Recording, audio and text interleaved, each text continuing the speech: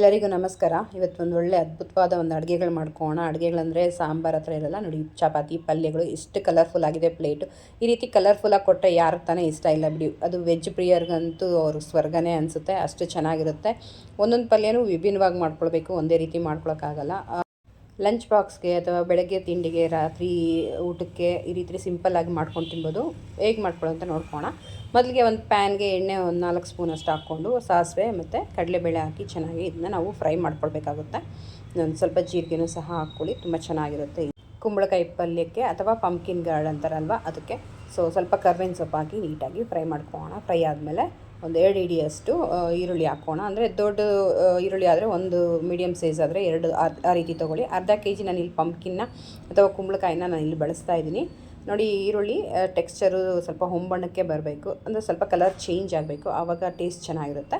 ನೋಡಿ, ಏನು ಸಣ್ಣ ಸಣ್ಣಗೆ ಹಚ್ಚಿಟ್ಕೊಂಡಿದ್ದೀನಿ. ಈ ರೀತಿ ಇದನ್ನು ಕುಂಬಳಕಾಯಿನೂ ಸಹ ಹಾಕಿ ನೀಟಾಗಿ ಫ್ರೈ ಮಾಡ್ಕೊಳ್ಬೇಕಾಗುತ್ತಾ. ಇದು ನಾವು ನೀರು ಹಾಕಿ ಮಾಡಬಾರ್ದು, ಎಣ್ಣೆಯಲ್ಲೇ ಕುಕ್ ಆಗಿಬಿಡುತ್ತೆ ಬೇಗ.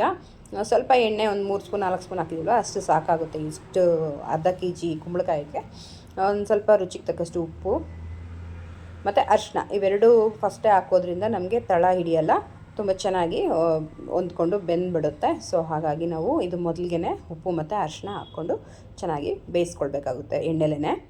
ನೋಡಿ, ಈ ರೀತಿ ನೀಟಾಗಿ ಫ್ರೈ ಮಾಡಿಕೊಂಡ್ರೆ ಸಾಕಾಗುತ್ತೆ. ನೋಡಿ, ಎಲ್ಲಿ ತಳ ಹಿಡಿಯಲ್ಲ ಉಪ್ಪು ಹಾಕೋದ್ರಿಂದ. ಈ ರೀತಿ ಮಿಸ್ ಮಾಡಿದೆ. ಕುಂಬಳಕಾಯಿ ಪಲ್ಯ ನೆಕ್ಸ್ಟ್ ಟೈಮ್ ಮಾಡಿದಾಗ ಫಸ್ಟೇ ಉಪ್ಪನ್ನು ಸೇರಿಸ್ಕೊಳ್ಳಿ.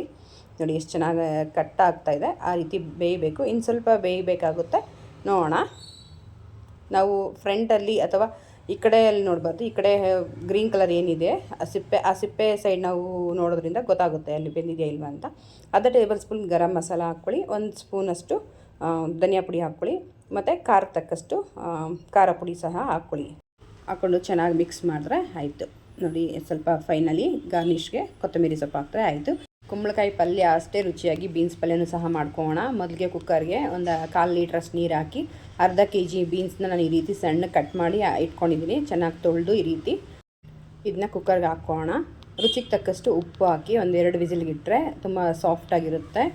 ಅಂದರೆ ಚಿಕ್ಕ ಮಕ್ಕಳು, ದೊಡ್ಡವರು, ವಯಸ್ಸಾಗಿರೋರೆಲ್ಲ ತಿಂತಾರಲ್ವ, ಸಾಫ್ಟಾಗಿ ಮಾಡಿಕೊಂಡ್ರೆ ಚೆನ್ನಾಗಿರುತ್ತೆ. ಎಣ್ಣೆಲಿ ಬೇಯಿಸ್ಕೊಳ್ಳೋದು ಬೇಡ, ಎಣ್ಣೆ ಬೇಡ ಅನ್ನೋರು ಈ ರೀತಿ ಮಾಡ್ಕೊಳ್ಳಿ. ಎಣ್ಣೆಲೇ ಬೇಯಿಸಿದ್ರೆ ಅದು ಸ್ವಲ್ಪ ಗಟ್ಟಿನೇ ಇರುತ್ತೆ, ಅಷ್ಟು ಸಾಫ್ಟ್ನೆಸ್ ಇರಲ್ಲ. ನೋಡಿ, ನೋಡ್ತಾ ಇರ್ಬೋದು, ಈ ರೀತಿ ಮುಟ್ಟಿದ್ರೆ ಈ ರೀತಿ ಪೀಸಾಗಿ ಸ್ಮ್ಯಾಶ್ ಆಗುತ್ತೆ. ಈ ರೀತಿ ಆಗಬೇಕು. ಇದನ್ನ ಹೇಗೆ ಮಾಡ್ಕೊಳ್ಳೋದು ಅಂತ ನೋಡ್ಕೊಳ್ಳೋಣ. ಹಾಗೆ ಒಂದು ಪ್ಯಾನ್ಗೆ ಎಣ್ಣೆ ಒಂದು 3 ಸ್ಪೂನಷ್ಟು ಹಾಕಿ ಇದಕ್ಕೆ ಸ್ವಲ್ಪ ಸಾಸಿವೆ ಹಾಕ್ಕೊಳ್ಳೋಣ. 1 ಸ್ಪೂನಷ್ಟು ಸಾಸಿವೆ ಸಿಡಿಬೇಕು. ಅದಾದಮೇಲೆ ಕಡಲೆಬೇಳೆ ಒಂದು 2 ಸ್ಪೂನಷ್ಟು ಹಾಕೋಣ. ಈ ಬೀನ್ಸ್ ಪಲ್ಯದಲ್ಲಿ ಕಡಲೆಬೇಳೆ ಸ್ವಲ್ಪ ಜಾಸ್ತಿ ಇದ್ದರೆ ಚೆನ್ನಾಗಿರುತ್ತೆ ಟೇಸ್ಟು. ಚಪಾತಿ ಜೊತೆ ಅಥವಾ ಅನ್ನಕ್ಕೂ ಹಾಗೆ ಕಲಿಸ್ಕೊಂಡು ತಿನ್ಬಿಡೋದು, ಅಷ್ಟು ರುಚಿಯಾಗಿರುತ್ತೆ. ಕರ್ಬೇವಿನ ಸೊಪ್ಪು ಹಾಕ್ಕೊಂಡ್ರೆ ಚೆನ್ನಾಗಿರುತ್ತೆ, ಕಣ್ಣಿಗೂ ಒಳ್ಳೆಯದು, ಆರೋಗ್ಯಕ್ಕೂ ಒಳ್ಳೆಯದು, ಹಾಗೆ ಇದು ಟೇಸ್ಟು ಚೆನ್ನಾಗಿರುತ್ತೆ. ಕರ್ಬೇವಿನ ಸೊಪ್ಪು ಸ್ವಲ್ಪ ಹಾಕಿ ಚೆನ್ನಾಗಿ ಈ ರೀತಿ ಫ್ರೈ ಮಾಡ್ಕೊಳ್ಳಿ. ಈ ಟೈಮಲ್ಲಿ ನಾವೀಗ ಸಣ್ಣಗೆ ಹಚ್ಕೊಂಡಿರೋ ಈರುಳ್ಳಿ ಹಾಕ್ಕೊಳ್ಳೋಣ. ಬೆಳ್ಳುಳ್ಳಿನೂ ಸಹ ಹಾಕ್ತಾರೆ. ಬೆಳ್ಳುಳ್ಳಿ ಈ ಬೀನ್ಸ್ ಪಲ್ಯಕ್ಕೆ ಅಷ್ಟೊಂದು ಚೆನ್ನಾಗಿ ಹೊಂದಿಕೆ ಆಗೋಲ್ಲ, ಬೆಳ್ಳುಳ್ಳಿ ಬೇಡ. ಈರುಳ್ಳಿ ಮಾತ್ರ ಹಾಕ್ಕೊಂಡು ನೀಟಾಗಿ ಗ್ಲಾಸ್ ಟೆಕ್ಸ್ಚರ್ ಬರೋ ತನಕ ಹುರ್ಕೊಳ್ಳಿ ನೀಟಾಗಿ ಎಣ್ಣೆಲೇ.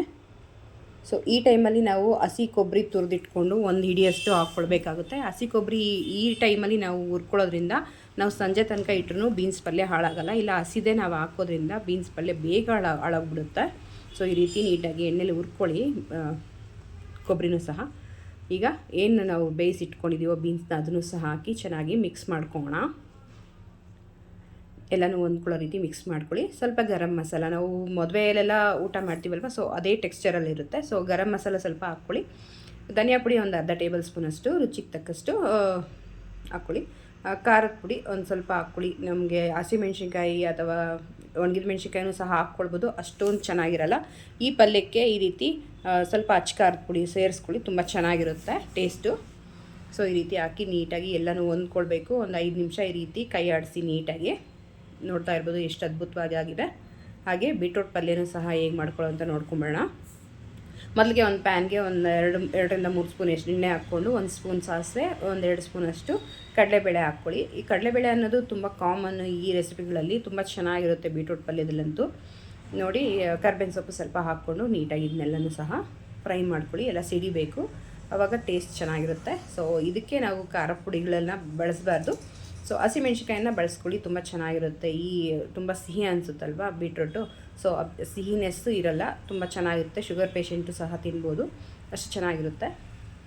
ಒಂದು ದೊಡ್ಡ ಈರುಳ್ಳಿ ಕಟ್ ಮಾಡಿ ಈ ರೀತಿ ಸಣ್ಣಕ್ಕೆ ಹಾಕ್ಕೊಂಡು ಇದನ್ನು ಚೆನ್ನಾಗಿ ಹುರ್ಕೊಳ್ಬೇಕಾಗುತ್ತೆ ನೀಟಾಗಿ. ನಾವು ಎಣ್ಣೆಲೆ ಇದನ್ನ ಎಲ್ಲ ಫ್ರೈ ಮಾಡ್ಕೊಳ್ಳೋದ್ರಿಂದ ರುಚಿನೂ ಜಾಸ್ತಿ ಇರುತ್ತೆ, ಇನ್ನೂ ತಿನ್ನಬೇಕು ಅನ್ನೋ ಕ್ರೇಜಿನೆಸ್ ಇರುತ್ತೆ. ನಾವು ಬೆಳಗ್ಗೆ ಮಾಡಿದ್ರೆ ಸಂಜೆ ತನಕ ಯಾವ ಪಲ್ಯಗಳನ್ನು ಸಹ ಹಾಳಾಗೋದಿಲ್ಲ ಈ ರೀತಿ ಎಣ್ಣೆಲಿ ಮಾಡ್ಕೊಳ್ಳೋದ್ರಿಂದ. ನೋಡಿ, ಈ ರೀತಿ ಪ್ಲೇಟ್ ಮುಚ್ಚಿದ್ರೆ ಸ್ವಲ್ಪ ಬೇಗನೆ ಆಗಿಬಿಡುತ್ತೆ, ಫ್ರೈ ಆಗಿಬಿಟ್ಟಿದೆ. ನಾನು ಒಂದು ಅರ್ಧ kg ಅಷ್ಟು ಬೀಟ್ರೂಟು ತುರಿದು ಇಟ್ಕೊಂಡಿದ್ದೀನಿ. ಕಟ್ ಮಾಡಿ ಹಾಕ್ಕೊಂಡ್ರೆ ಕಟ್ ಮಾಡೋದ್ರಿಂದ ನಾವು ಬೇಯಿಸ್ಕೊಳ್ಬೇಕಾಗುತ್ತೆ, ಹಾಗೆ ಎಣ್ಣೆಲಿ ಮಾಡಿದ್ರೆ ಸ್ವಲ್ಪ ಗಟ್ಟಿ ಇರುತ್ತೆ. ಸೊ ನಮ್ಗೆ ತಿನ್ನೋಕ್ಕೆ ಮಕ್ಕಳಿಗೆ ಎಲ್ಲ ಸ್ವಲ್ಪ ಕಷ್ಟ ಆಗ್ಬೋದು. ಸೊ ಈ ರೀತಿ ತುರ್ಕೊಂಡ್ಬಿಡಿ, ಚೆನ್ನಾಗಿರುತ್ತೆ, ಬೇಗ ಬೇಯುತ್ತೆ. ರುಚಿಗೆ ತಕ್ಕಷ್ಟು ಉಪ್ಪು ಮತ್ತು ಅರಿಶಿನ ಇವೆರಡೂ ಹಾಕಿ ಕಲರ್ಫುಲ್ಲಾಗಿ ಚೆನ್ನಾಗಿರುತ್ತೆ. ಆಂಟಿಬಯೋಟಿಕ್ ಆಗಿ ಕೆಲಸ ಮಾಡುತ್ತೆ, ತುಂಬ ಚೆನ್ನಾಗಿರುತ್ತೆ. ಅರಿಶಿನ ಹಾಕೋದ್ರಿಂದ ತುಂಬ ಬೇಗನೂ ಬೇಯುತ್ತೆ. ಸೊ ಇದು ಎರಡೂ ಹಾಕಿ ನೀಟಾಗಿ ಮಿಕ್ಸ್ ಮಾಡಿ ಇಡಿ.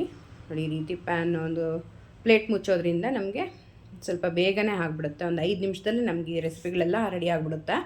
ನೋಡ್ತಾ ಇರ್ಬೋದು. ಇದನ್ನು ಹೆಂಗೆ ಬೆಂದಿದೆ ಅಂತ ತಿಳ್ಕೊಳ್ಳೋದಂದರೆ ಈ ಗ್ಲಾಸಿ ಟೆಕ್ಸ್ಚರ್ ಆಗಿರುತ್ತೆ, ಅಥವಾ ನಮಗೆ ಈ ರೀತಿ ಮುಟ್ಟಿದಾಗ ಬ್ರೇಕ್ ಆಗುತ್ತೆ. ಸೊ ಆ ಟೈಮಲ್ಲಿ ನಮಗಿದು ಬೆಂದಿದೆ ಅಂತ ಅರ್ಥ.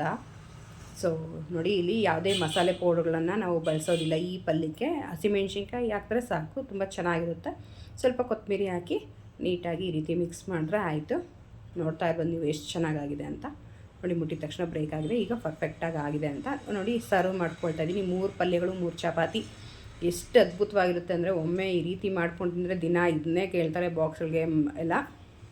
ಬೆಳಗಿನ ಗಡಿಬಿಡಿಲಿ ಈ ರೀತಿ ಮಾಡ್ಕೊಂಡು ತಿಂದರೆ ಆರೋಗ್ಯವಾಗೂ ಇರುತ್ತೆ, ರುಚಿಯಾಗೂ ಇರುತ್ತೆ. ಲಂಚ್ ಬಾಕ್ಸ್ ಎಲ್ಲ ಖಾಲಿನೂ ಆಗುತ್ತೆ. ನಮಗೆ ಕೇವಲ 10 ನಿಮಿಷದಲ್ಲೇ ಆಗೋ ಅಂಥ ರೆಸಿಪಿಗಳಿದು. ಸೊ ಮಿಸ್ ಮಾಡದೆ ವಿಡಿಯೋ ಪೂರ್ತಿ ನೋಡಿ ಇದೇ ರೀತಿ ಮಾಡ್ಕೊಳ್ಳಿ. ಫ್ರೆಂಡ್ಸ್ ಆ್ಯಂಡ್ ಫ್ಯಾಮಿಲಿಗೂ ಸಹ ಶೇರ್ ಮಾಡ್ಕೊಳ್ಳಿ. ಸೇವ್ ಮಾಡಿ ಇಟ್ಕೊಂಡ್ರೆ ನಾವು ಯಾವಾಗ ಬೇಕಾದರೂ ಆವಾಗ ಈ ರೆಸಿಪಿಗಳನ್ನ ಮಾಡ್ಕೊಳ್ಬೋದು. ಈ 3 ರೆಸಿಪಿಲಿ ನಿಮ್ಗೆ ಯಾವ್ದು ಇಷ್ಟ ಅಂತ ಕಮೆಂಟ್ ಮಾಡಿ ತಿಳಿಸಿ. ನಮಗೂ ಗೊತ್ತಾಗುತ್ತೆ ನಿಮ್ಗೆ ಯಾವ ತಿಂಡಿ ಇಷ್ಟ, ಯಾವ ಪಲ್ಯ ಅಥವಾ ಯಾವ ತರಕಾರಿ ಇಷ್ಟ ಅಂತ. ಬೀನ್ಸು, ಬೀಟ್ರೂಟು, ಕುಂಬಳಕಾಯಿ ಈ ತರಕಾರಿಗಳನ್ನ ನಿಮ್ಮ ಕಡೆ ಏನಂತ ಕರೀತಾರೆ ಅದನ್ನ ಕಮೆಂಟ್ ಮಾಡಿ, ನಮಗೂ ಗೊತ್ತಾಗುತ್ತೆ ನಿಮ್ಮ ಕಡೆ ಏನಂತ ಕರೀತಾರೆ ಈ ತರಕಾರಿಗಳನ್ನ. ಇನ್ನೂ ಯಾರು ನನ್ನ ಪೇಜ್ನ ಫಾಲೋ ಮಾಡಿಲ್ಲ, ಸಬ್ಸ್ಕ್ರೈಬ್ ಮಾಡಿಲ್ಲ, ಪ್ಲೀಸ್ ಫಾಲೋ ಆ್ಯಂಡ್ ಸಬ್ಸ್ಕ್ರೈಬ್ ಮಾಡಿ, ಸಪೋರ್ಟ್ ಮಾಡಿ. ನಮಗೂ ಒಂದು ಇನ್ಸ್ಪಿರೇಷನ್ ಆಗಿರುತ್ತೆ. ನಮ್ಗೆ ಇಲ್ಲಿ ತನಕ ಸಪೋರ್ಟ್ ಮಾಡಿರೋರಿಗೆಲ್ಲರಿಗೂ ಸ್ಪೆಷಲ್ ಥ್ಯಾಂಕ್ಸ್ ಹೇಳ್ತಾ ಹೊಸ ರೆಸಿಪಿ ಅಂದರೆ ಮತ್ತೆ ಸಿಗೋಣ. ಅಲ್ಲಿ ತನಕ ಟೇಕ್ ಕೇರ್, ಬಾಯ್. ನಿಮ್ಮ ದಿನ ಶುಭವಾಗಿರಲಿ.